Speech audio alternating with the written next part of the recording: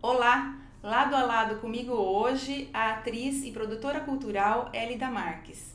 A Hélida é responsável pelo sensacional projeto Ler é uma Viagem, que há 13 anos leva o prazer da leitura para milhares e milhares de brasileiros em todo o país. Bem-vinda, Hélida! Obrigada, Mirna. Muito obrigada mesmo pelo espaço, pelo convite.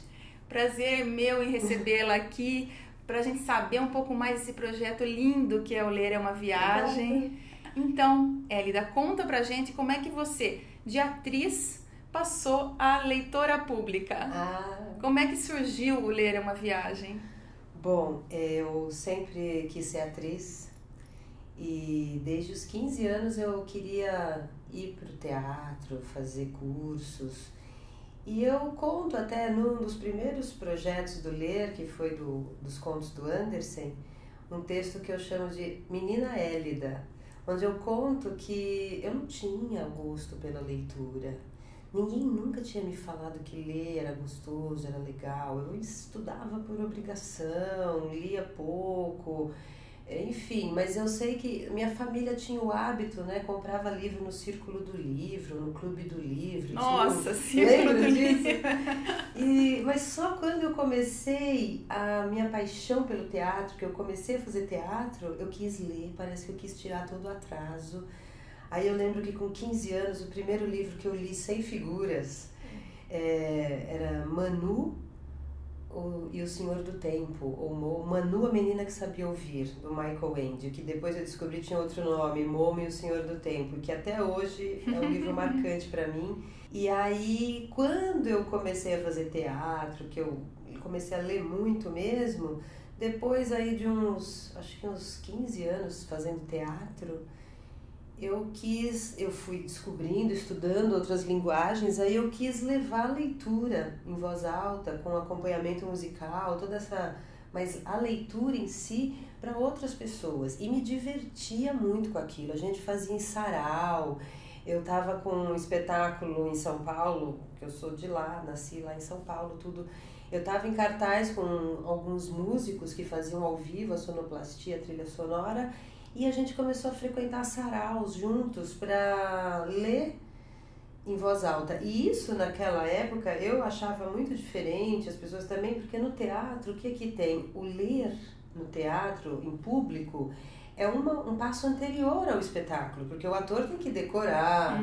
Até tinha um certo tom pejorativo, você vai ler, né? Porque você não decorou, mas eu assumi a questão da leitura, porque aí tem a questão cênica da presença do livro, aí começou a virar um projeto de incentivo à leitura, e eu também fui pesquisando, fui agregando pessoas para me ensinar coisas também, né? Então daí eu criei o Ler é uma Viagem em 2003, escrevendo um projeto para a Rouanet. E aí eu consegui patrocínio, contratei uma equipe, chamei um diretor de teatro, chamei pesquisadores, pedagogas, fui montar uma equipe como que eu gostaria de fazer esse trabalho em escolas. E aí nasceu o Ler, e foi com Andersen. O primeiro trabalho do Ler é uma Viagem em escolas, foram os contos do Andersen. E quantas apresentações você já fez através do Ler é uma Viagem? Hoje já são 13 anos, eu computo aí mais de 600 apresentações de vários autores, eventos, somando aí projetos patrocinados e eventos, e mais de 35 mil pessoas. 35 mil pessoas? Em 8 estados brasileiros, já são mais de 200 cidades que a gente percorreu. Então, assim, é uma trajetória de sucesso, me ensinou muito e me fez aprofundar nessa questão. Hoje eu trabalho com incentivo à leitura, a gente dá oficina de... E a leitura é o melhor caminho para formar cidadãos críticos, né? Isso eu acho que é a minha permanência política cidadã, porque é uma escolha artística, mas que tem uma função, né? Política no sentido mais abrangente do que é um ser político, né? Um ser político é aquele que faz. E então, quer dizer, entre outras coisas também, mas para mim, a minha atitude política é levar a leitura para diversos lugares onde talvez ainda não tenha chegado esse prazer e fazer com que as pessoas se encantem pela leitura, percebendo que o ler em público pode ser uma brincadeira. E o que eu acabei assim desenvolvendo nessa pesquisa é como captar a escuta do público, como transformar aquele momento no momento que eu falei, peraí, deixa eu prestar atenção nessa história. Porque não importa eu, Hélida, lendo, ou o músico ali tocando, importa assim, você consegue se concentrar aqui agora e ouvir uma história? E ela vai vir com o clima que ela tem, com o cheiro dela, com o autor que foi pesquisado, com tudo que pode acrescentar de significado, né? No começo, a gente fazia apresentação em alguns projetos, né? Até hoje a gente faz. E depois doa uma coleção de livros. Então, a gente faz bem essa passagem. Gostou? Gostou um pouquinho? Aqui tem mais. Olha que beleza. Você pode ler quando você quiser, levar pra casa. Oh, delícia. Então, fui me aprimorando muito nesse campo, né? Hélida, eu vi que você falou no começo da entrevista que atua junto às escolas, né? E que há projetos específicos sobre alguns autores, Anderson, Lobato, Guimarães Rosa. E existe uma coordenadoria, uma consultoria pedagógica? Sempre tem, né? Para cada autor pesquisado, para cada projeto voltado para uma determinada série na escola. Então, por exemplo, o Anderson, a gente voltou bem para o ensino fundamental 1, as séries iniciais, até infantil, mas a gente focou esse público, então a gente convidou na época uma dupla de pedagogas, o diretor mesmo que conduziu a nossa encenação, toda a equipe fez um trabalho, mas eu sempre contrato uma equipe pedagógica para dar esse que dialoga com a gente, lógico, e como que nós vamos criar para oferecer para o professor, para o educador, algumas ligações que ele pode, a partir daquele repertório, trabalhar ou não, porque também leu, vai, não. Mas tem essa possibilidade. E desde que eu me mudei para Itu, em 2009, eu tenho a parceria da Saberes, com a Mércia Falsini, aqui de Salto, de Salto, que desenvolve esse conteúdo pedagógico, nos assessora nessa aproximação com as secretarias de educação, as escolas, tal. Então, a gente sempre tem esse cuidado de ter uma equipe especializada para fazer um desdobramento daquele momento artístico, né? E lógico, aproveitar ao máximo o momento. Porque nem quando a gente trabalhou Don Quixote, a gente escolheu 4 caminhos, 4 palavras-chave para se trabalhar o Don Quixote. A justiça, a cidadania, a loucura, né? Então, a comunicação. E aí o professor, e esse já era para um outro público, era séries finais no Fundamental 2. Então assim, o Ler foi construindo o seu repertório de trabalhos em escolas a partir também de uma demanda. Como eu sou atriz, quando logo que eu comecei, falei, vamos ler para crianças, então eu fui buscar a minha criança. Então eu me cerquei de bonecas, eu me cerquei de histórias. E eu caí no Anderson, que é um clássico da literatura infantil. Patinho Feio, A Roupa Nova do Imperador. E também para mim foi uma redescoberta. Então eu tenho esse trabalho com o Anderson, com o Monteiro Lobato. E eu tenho uma paixão muito grande pelo Guimarães Rosa, desde 2004, logo que começou a ler. Uma amiga me deu o Grande Sertão Veredas de presente, né? E aí eu conheci outras pessoas, aí outra amiga me levou para o sertão para visitar a cidade que ele nasceu, para conhecer o grupo de contadores de histórias de lá. Daí eu comecei a mergulhar no Guimarães Rosa e me encontrei lá.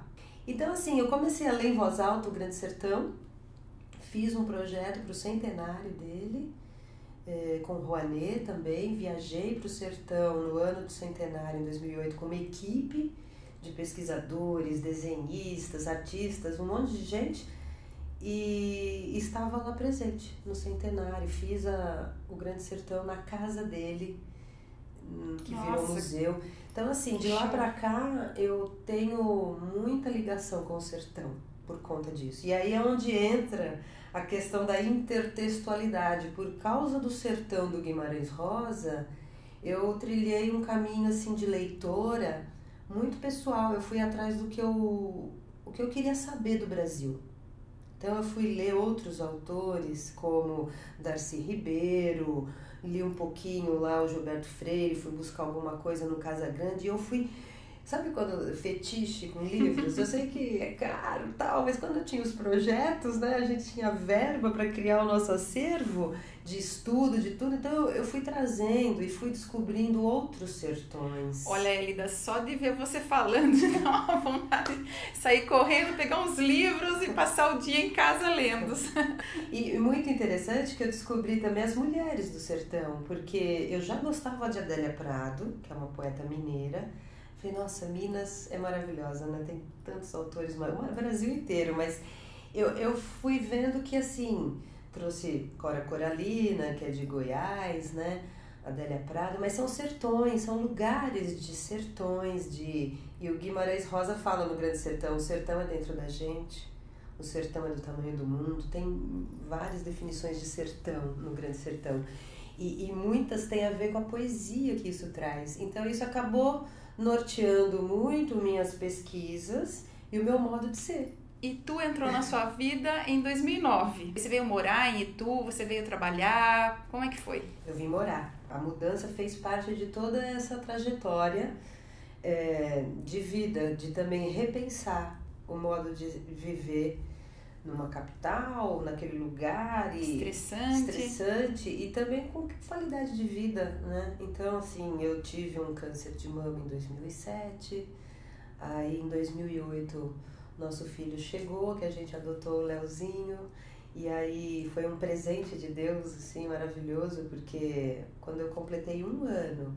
que eu tinha operado e já tinha feito tratamento, meu primeiro exame deu tudo limpo, maravilhoso, até hoje está assim, graças. Amém. Amém. O Léo chegou e a gente estava já numa fila de adoção há muitos anos e eu queria que o meu projeto crescesse para também tornar ele mais sustentável, como o único modo de vida que eu tenho. O meu marido também é ator, escritor. Então a gente foi caminhando junto. Vamos fazer o Ler é uma Viagem crescer, porque a gente quer ter filho, aquele sonho, né? Aí no começo de 2009 a gente falou, vamos embora daqui. Meu marido tem esclerose múltipla e fez um transplante de medula no começo de 2009. A Elida é esposa do Nando Bolognese, né? Isso. Ele está em cartaz com o espetáculo Se Fosse Fácil Não Teria Graça, no Tucarena, toda quinta-feira, lá em São Paulo.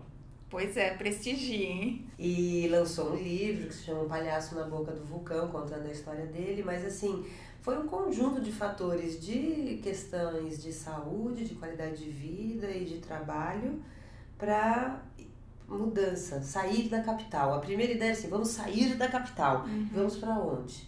Minha família mora em Sorocaba, a família do Nando, do pai dele, mora em Itu. E a gente sempre vinha para Itu porque ele tinha chácara, então acabou que Itu era um lugar ótimo para a gente vir, estava perto de tudo, eu gosto de Itu, acho que nós estamos bem localizados, né?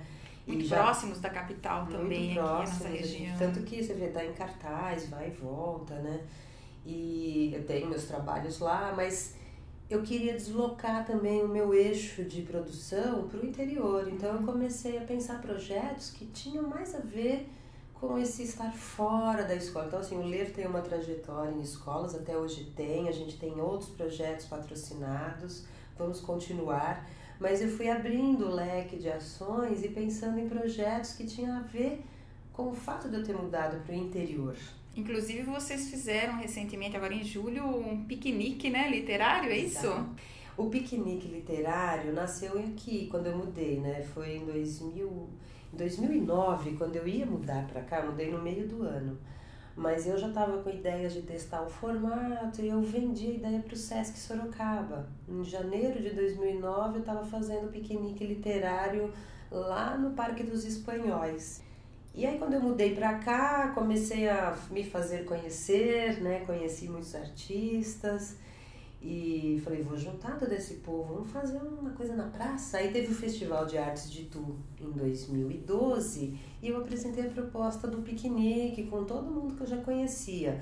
Ainda nem tinha feito assim, um curso de formação, era mais um coletivo mesmo. E deu super certo. Aí eu batalhei pela Rouanet, teve outros projetos que entraram na frente, mas agora, 2015 e 2016, a gente tinha patrocínio para fazer os piqueniques de forma como eu sempre sonhei. Dei uma formação no começo do ano aqui em Salto, na biblioteca Paço dos Taperás, que é uma grande mãezona assim, que acolhe a gente também. E foi lá o curso de formação, foram 20 pessoas que se formaram mediadoras de leitura. E em julho a gente teve um patrocínio também pela Rouanet para fazer vários piqueniques. E aí qual que foi a minha ideia? Como é um parceiro, esse patrocínio veio da CBMM, que é uma empresa que me apoia desde o início, então é um parceiro constante. Eu estava liberada para escolher onde eu queria fazer. E eu queria focar a cidade de Itu, que é a sede do Ler é uma Viagem, onde eu poderia trazer toda a equipe que foi treinada, trabalharia intensamente, assim, todo final de semana, nas férias. Eu quero criar esse movimento, fortalecer o grupo. Então eu fiz todos aqui em Itu. Então eu criei algo que tinha uma cara artesanal, e que remetia a esses encontros que, no nosso ideal, né, de interior, acontece. É quase uma memória emotiva o piquenique. Não sei se ainda acontece hoje, mas a ideia é tentar trazer para os espaços públicos esse encontro das pessoas sem muita formalidade, né? Porque o espaço público é bem... E tinha uma cesta com uma toalha xadrez? Não? Tinha. Ah! Tinha. Muito legal. E agora sim, a gente tenta trazer para o piquenique toda a nossa produção artesanal, porque o que eu descobri aqui no interior é que eu estou em busca não só do produto final, mas do processo. Então hoje o grupo Reinações de Artesanato e Leitura tem quase 30 pessoas, entre artesãs e mediadoras de leitura, e que fazem diversas ações para integrar essas duas artes, né? O artesanato e a leitura. E isso eu descobri lendo num livro sobre a história da leitura, né? Uma ação que eu falei, gente, isso que eu quero fazer, porque eu sou filha de tecelões. Meu pai, o seu Simplício Marques Rodrigues, que mora em Sorocaba, hoje com 91 anos. 91? 91, uma saúde maravilhosa.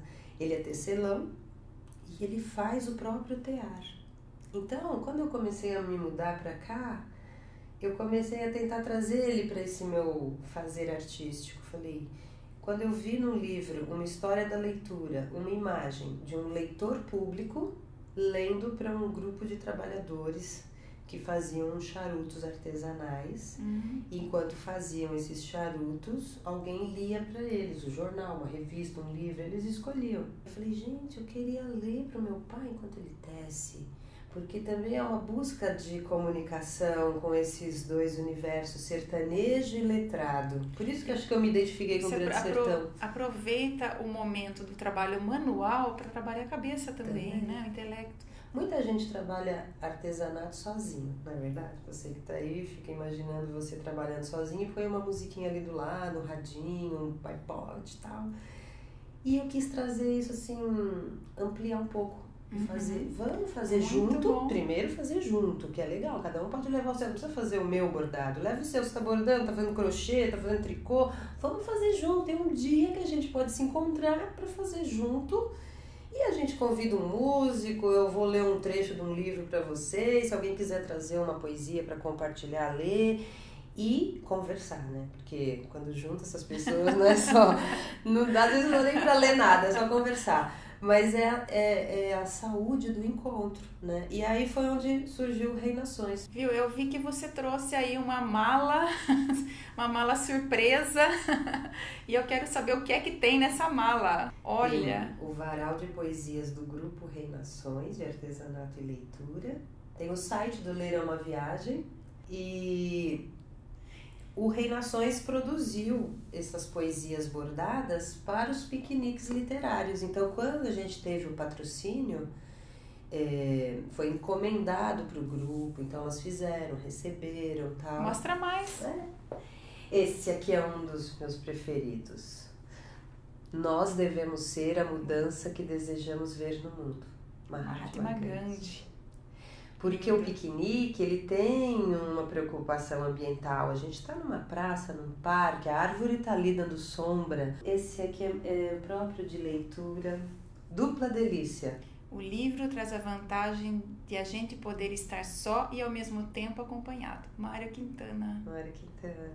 Bom, a gente tem mais de 40 poesias bordadas e a gente está criando um novo projeto também de bordar com o Museu Republicano, Convenção de Itu. Então o grupo tem vários projetos agora. Mas a gente está lá toda quarta no Museu Republicano, Convenção de Itu, bordando, conversando. Às vezes aberto, Hélida? É aberto. Todas as pessoas que quiserem ir podem participar. Podem, porque o espaço público, tanto que assim, os encontros eram na minha casa.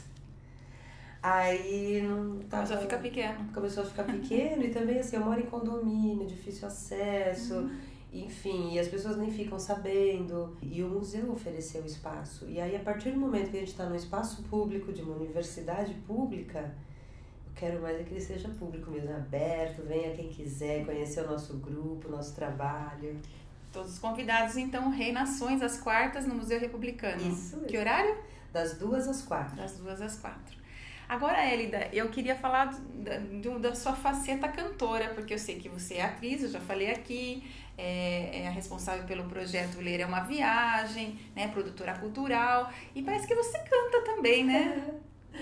Eu adoro. E desde que eu cheguei aqui, eu conheci um grupo de moçoilos, os boêmios de Itu, e são todos apaixonados por samba, por música brasileira de qualidade, como eu gosto de falar. E aí eu comecei a cantar, porque quando eu cheguei em Itu, eu comecei a fazer saraus, eventos, para me apresentar e para também conhecer pessoas, né? E um desses saraus apareceram os boêmios de Itu. E era ainda a formação de 2009, 2010, que tinha o seu Geraldo Quartaroli, o percussionista Braulio Brecht e o Sebastião Rodrigues e o Sérgio Martins. Mas o Geraldo Quartaroli veio a falecer, daí entrou outro músico, outro vocalista, que foi o seu José Campos, que também faleceu. Mas o interessante, e o percussionista Braulio, eles vão se reinventando, eles não deixam o samba morrer. Então, quando eu comecei a me juntar com eles, eu cantava tudo que eu adorava. Eu adoro Noel Rosa, Paulinho da Viola, Elisete Cardoso, Clara Nunes. Eu me esbaldei com eles, porque eles sabiam tudo. A Dona Irã. Falei, nossa, eu canto muito com vocês. Daí eles se animaram e me chamaram para gravar um CD. Aí foi muito legal essa fase, porque era uma fase que eu tava sem projeto, tava aquela coisa assim, mas eu tinha que ir no estúdio gravar com eles. E fazia shows em alguns eventos com eles e tal. E aí a gente gravou o CD que se chama Não Deixe o Samba Morrer. É a nossa seleção que a gente quis. Eu tentei colocar meio em ordem cronológica, começando com Noel e passando pela Elisete, foi Clara, foi um pouquinho de cada coisa. E como eu tenho esse lado leitor, atriz, eu mesclei no CD e no show poemas do Mário Quintana. E Hélida, você vai dar uma palhinha pra gente aqui ou não? Com certeza. O show Não Deixe o Samba Morrer, com os Boêmios de Itu, ele começa, tem muitas poesias de Mário Quintana, como eu falei, e ele começa com essa daqui, ó.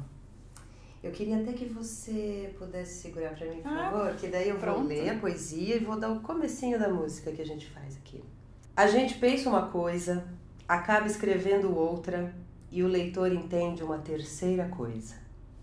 E enquanto se passa tudo isso, a coisa propriamente dita começa a desconfiar que não foi propriamente dita.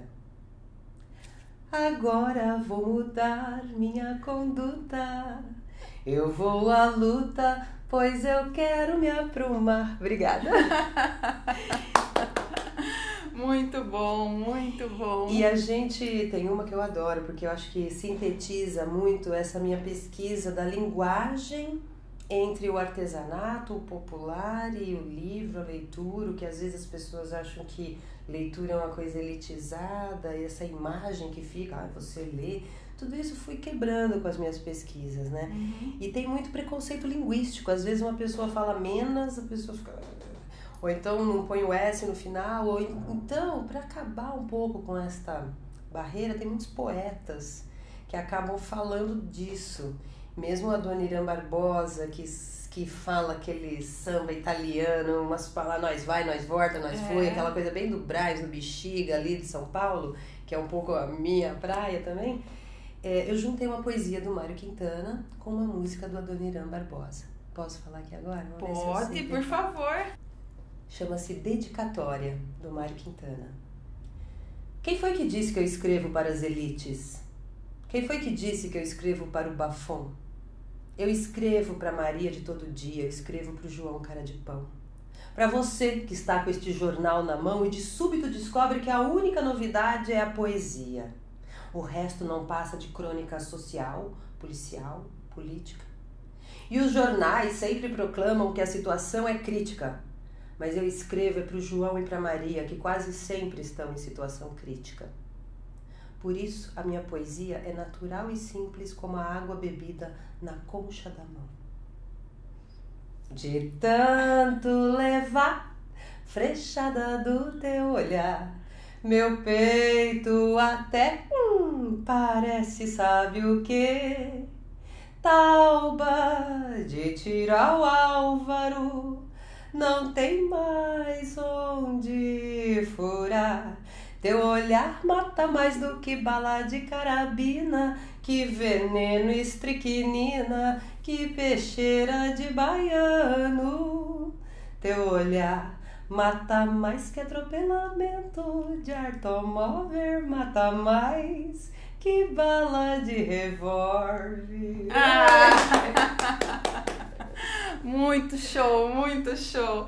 Hélida, eu queria agradecer a sua presença aqui no Lado a Lado, agradecer mesmo e parabenizar você por esse lindo projeto que é o Ler é uma Viagem, que assim, colabora profundamente para a construção de um país que a gente quer, né? Um país de leitores, de pessoas mais críticas, de pessoas mais atentas à cidadania. Muito obrigada, viu? Obrigada, Mirna, foi um prazer. Obrigada pelo espaço. Prazer foi meu. Gente, e infelizmente acabou. Eu agradeço aqui a Hélida e agradeço a você que nos acompanha aqui Lado a Lado. Curta, comente, dê um like, recomende aos amigos e a gente se encontra na semana que vem. Beijo e até lá!